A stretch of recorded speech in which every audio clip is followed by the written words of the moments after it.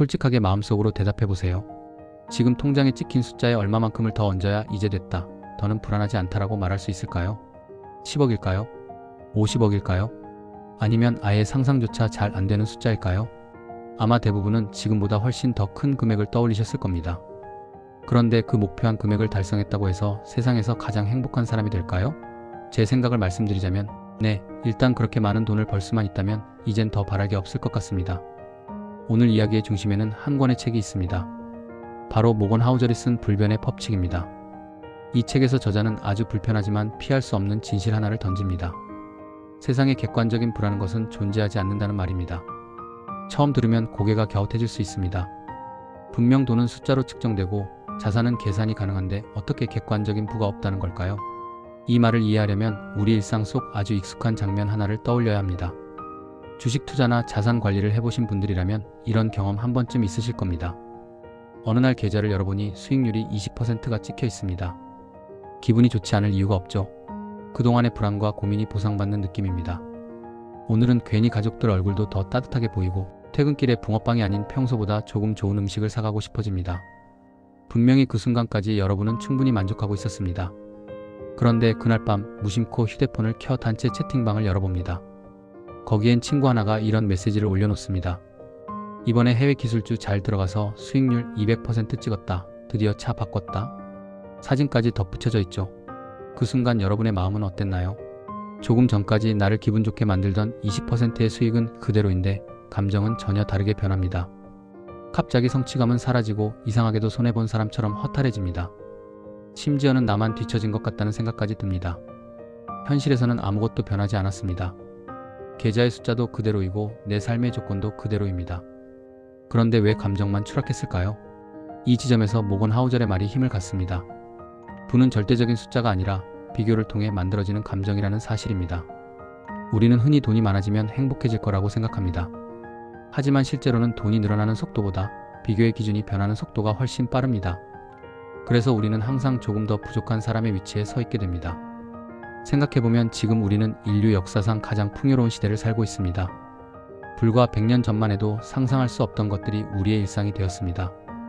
여름이면 시원한 냉방 아래에서 잠을 자고 손바닥만 한 기계로 전 세계의 정보와 사람들을 연결합니다. 과거의 왕이나 귀족도 누리지 못했던 편리함을 우리는 너무나 당연하게 누리고 있습니다. 그런데도 우리는 스스로를 부자라고 느끼지 않습니다. 오히려 늘 부족하다고 생각합니다. 왜일까요? 이유는 단순합니다.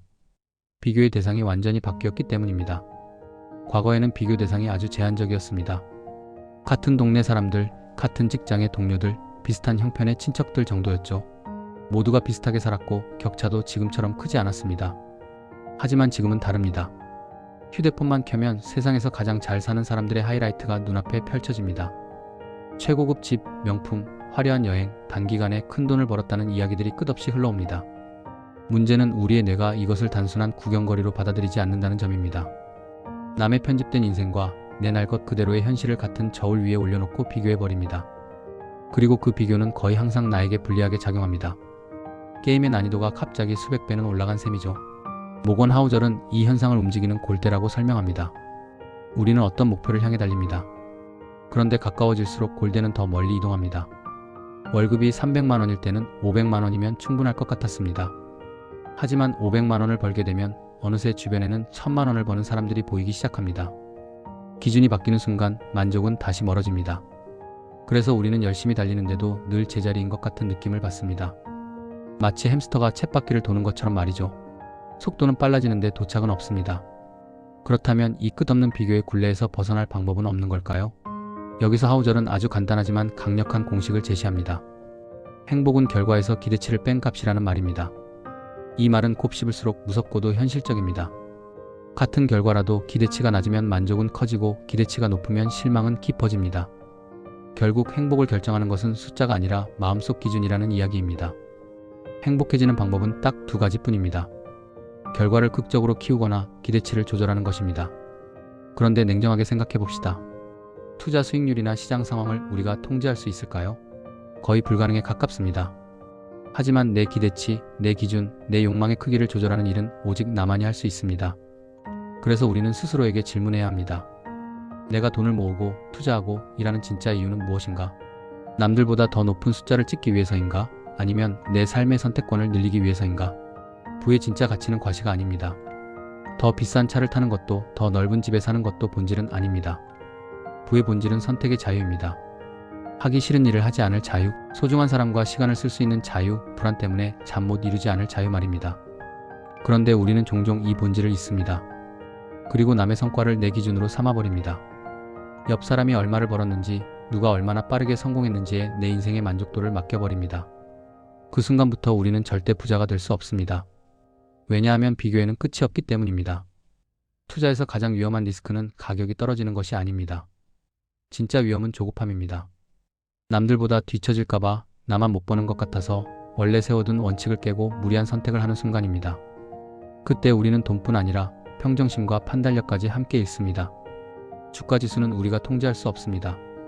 금리도, 경제 흐름도, 다른 사람의 성과도 마찬가지입니다. 하지만 내 삶의 기준은 내가 정할 수 있습니다. 어디까지면 충분한지, 무엇을 위해 돈을 쓰고 무엇에는 쓰지 않을지 말입니다. 오늘 여러분의 계좌가 어떤 색이든 상관없습니다. 중요한 것은 여러분이 나만의 골대를 세웠는지입니다. 그리고 그 골대가 남의 경기장이 아니라 내 삶 한가운데에 있는지입니다. 진짜 부자는 통장 잔고가 끝없이 늘어나는 사람이 아닙니다.